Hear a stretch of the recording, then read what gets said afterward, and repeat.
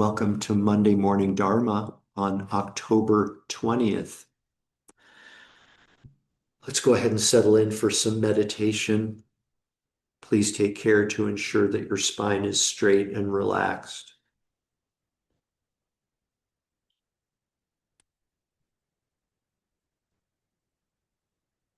You may find it beneficial as you settle into your meditation posture.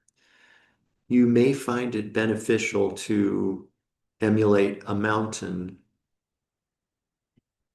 The mountain is still and silent, grounded and stable, with ancient wisdom awareness.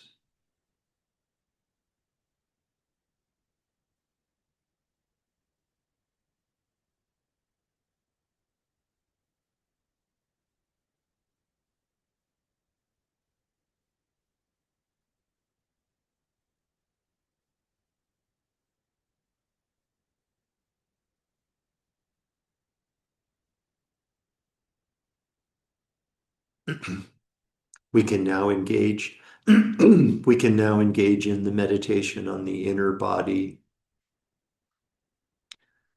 To accomplish this, please draw your awareness inside of your body and become aware of sensations.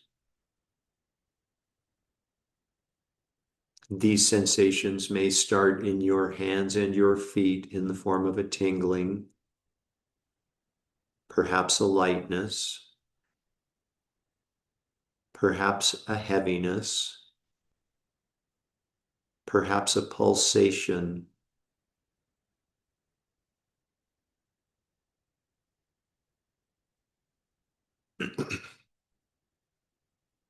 No analysis is necessary. There's nothing to figure out. Just be the silent observer of these sensations and allow a more tranquil, awakened state of awareness to emerge.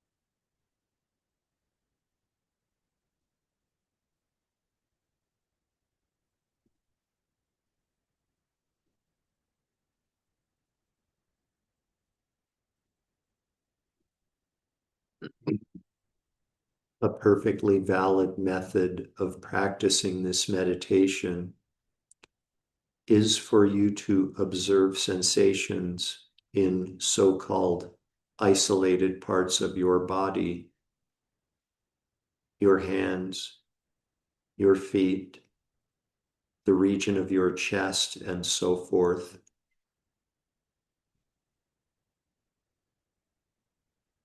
Perhaps an even more valid method of practicing this meditation is for you to observe one universal sensation, one that extends from the crown of your head to the tips of your fingers, to the soles of your feet, and all space in between.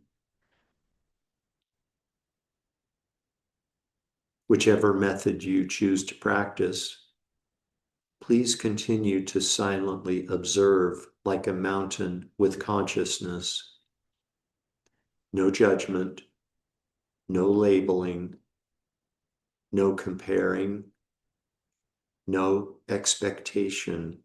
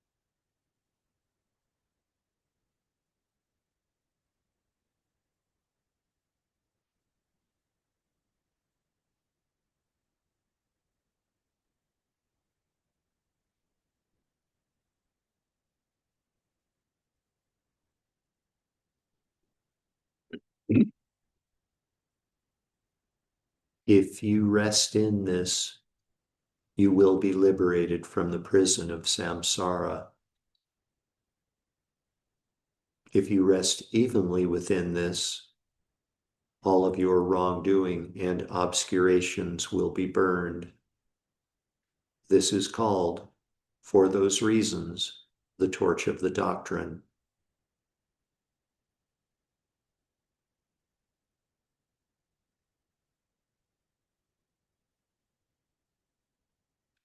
Now, please gently redirect your awareness. Become aware again of this collection of parts we've agreed to label physical body, and allow your breathing to become less shallow.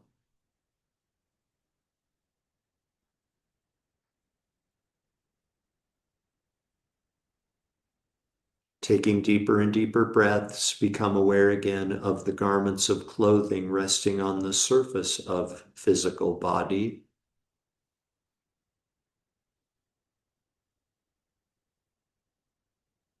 Become aware again of your surroundings inside the room that you're occupying.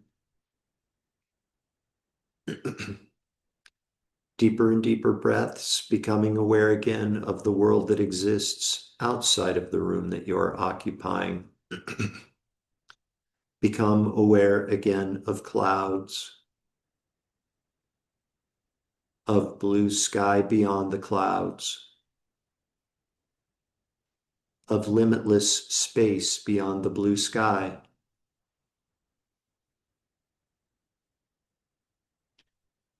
And we dedicate all of the all of the merit, all of the positive energy from this morning's meditation to world peace. May all beings without exception be completely free from all forms of emotional and physical suffering. May all beings without exception enjoy inner and outer peace. May they enjoy inner and outer freedom.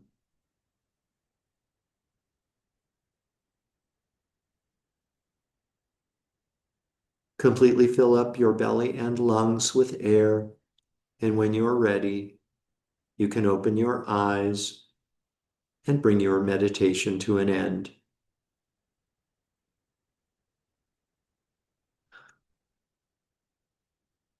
Thank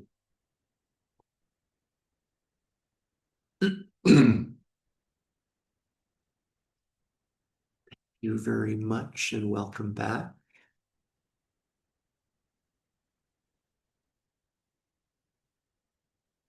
So, I'm going to read an excerpt from the book this morning from In Love with the World.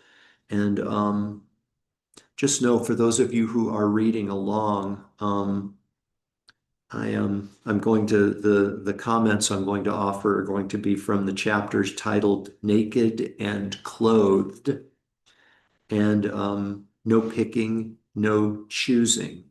No picking, no choosing. So this is the part where in the book, in my view of this part of the book, the plot is thickening.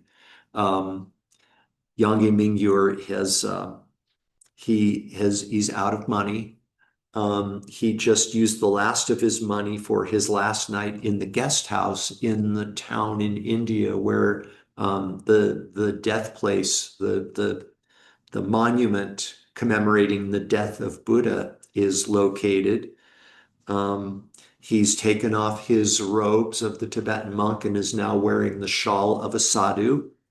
Um, and he has gone to a restaurant where he used to pay for his lentils and dal, sorry, rice and dal. He now has no money, so he went and asked. He said, "May I have some food?" And they said, "Come back around to the back of the kitchen after we've closed after hours." So it's full on. He's homeless. He has no money. He has the clothes on his back. He's begging for his food, and that's all. Um, and it really does the plot. I mean, up till this point, Yange Mingyur, as you who have been with us throughout this series know, he intersperses updates on his evolution with like Dharma teachings. Yeah. Like it's mostly really about Dharma teachings. Um, but at this point, things kind of almost like a novel start to accelerate, and it's starting to pick up. And I say all of this to say, to remind us to please continue to read this book, participate in these classes in a very personalized way. In particular, please continue to ask yourself, what am I supposed to learn from this story? What am I supposed to learn from this? I mean, we can go and read any novel we want anytime and kind of lose ourselves in it and maybe get a good story, maybe not. But here with this story, I would invite you, and this is an appeal that I make to the middle schoolers that for whom I lead meditation, almost every class. What am I supposed to learn from this? And please personalize it, not what is to be learned. No, what am I supposed to learn from this? And one that I would offer. It's not anything new, but it just continues to. It's good for us to continue to revisit this most important, maybe the most important frame of reference for studying this book, coming to these classes, living every moment of our life.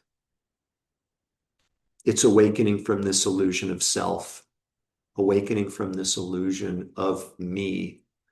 And again, I know most of you know this. For purposes of this class and these discussions and your Dharma practice, self, I, ego, all synonyms for this sense of self, sense of self.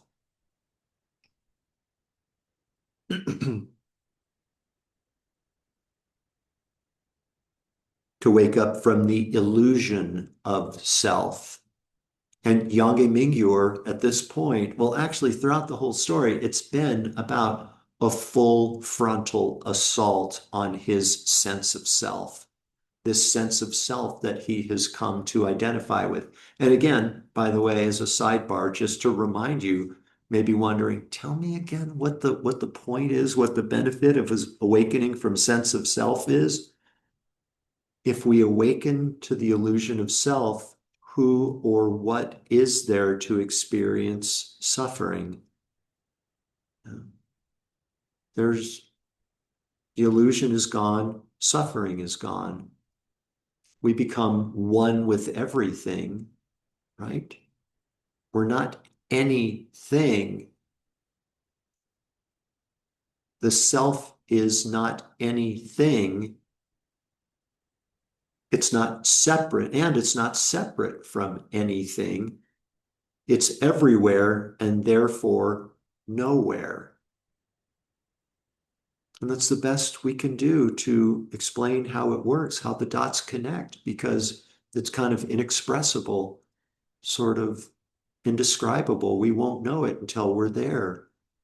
But if we continue with this meditation, with this practice, with these contemplations and studies, we'll get to that place.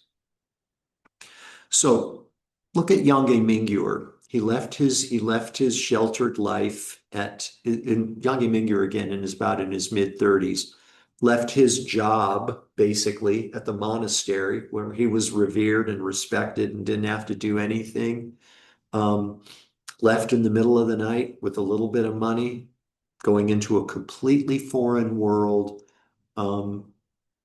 At this point has no money. Has begs for his food, doesn't know what's going to come next. Nobody knows him, nobody respects him. Brand new, he's got a brand new job. He used to be the abbot of a big monastery. Now he's a homeless, wandering mendicant, a sadhu. Definitely moved out of his comfort zone. Yeah, out of his comfort zone. What can you do to move out of your comfort zone? Well, first of all, would it be beneficial for you to move out of your comfort zone in the name of awakening from this illusion of self? Moving out of your comfort zone, as one of my teachers used to say, moving out of your stagnation zone.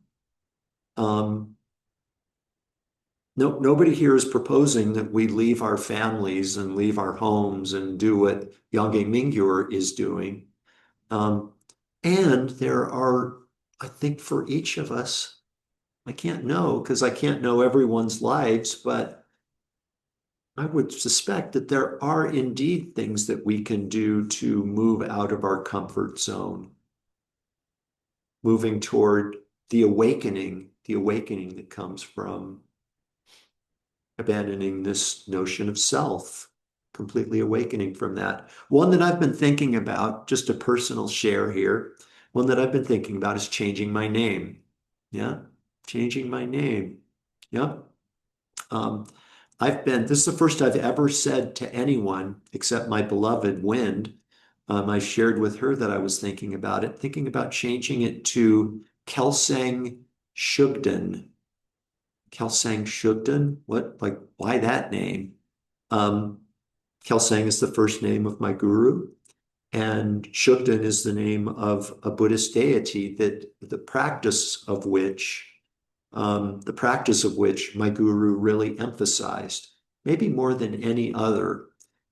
I don't know, he might hear those words and laugh at me, but I sort of associate Dorje Shugden practice, a Dharma protector, a protector of the Dharma, with like the body of teaching and practice that he really, really held, maybe not the most closely, but very closely. You ever thought about changing your name? What it would be like? We've all known people who have changed their name, I think. Yeah. It takes a lot of fearlessness. Yeah, it would take a lot of courage for us to change our name. When I think about it, the prospect makes me very nervous. Why? Because what would people think of me? What would people think of me when I show up and I tell them, please don't call me Jeff anymore. Please call me Shugden. That tightens me up and I feel tense. There's my I. There's my sense of self. Full frontal assault on my sense of self. So, and here again, I'm not advocating that anybody change their name necessarily, but think about what we can do to move ourselves out of our comfort zone, not just for the sake of moving ourselves out of our comfort zone, but for the sake of progressing on our spiritual path, whatever that looks like for each of us. Okay, in the last 2 minutes that we have, I want to read a short excerpt from the text. Hopefully, I can find it. Hmm.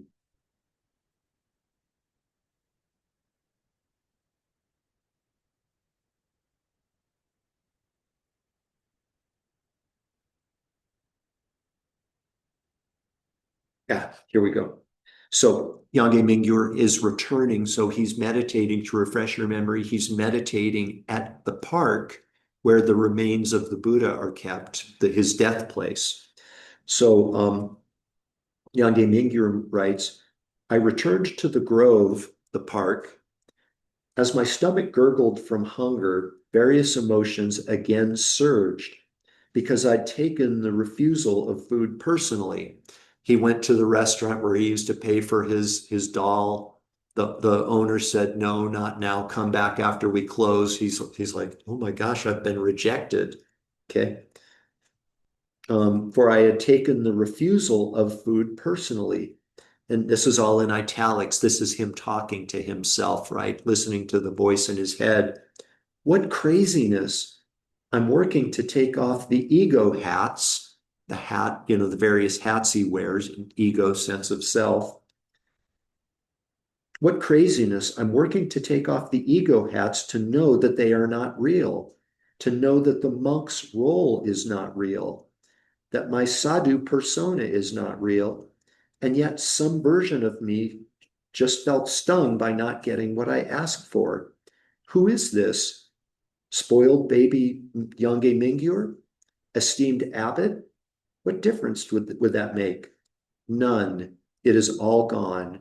It is all emptiness, all delusion, all endless misperception of mistaking this collection of labels for, as Nagasena put it, I don't know who that is, as Nagasena put it, this designation, meaning that because the conventional composition of how we identify ourselves doesn't really exist, there is nothing real, quotes or air quotes or quotes around the word real, to receive the arrows of being rejected. Because of our essential empty nature, the hurt that we experience, that is the hurt that our ego, our sense of self experiences, the hurt that we experience is self-inflicted. So powerful. So great. 9:01. Happy Monday, everyone. Thank you for being here and have a great week. Thank you, Jeff. Bye-bye. Bye, everybody. Thanks. Most welcome.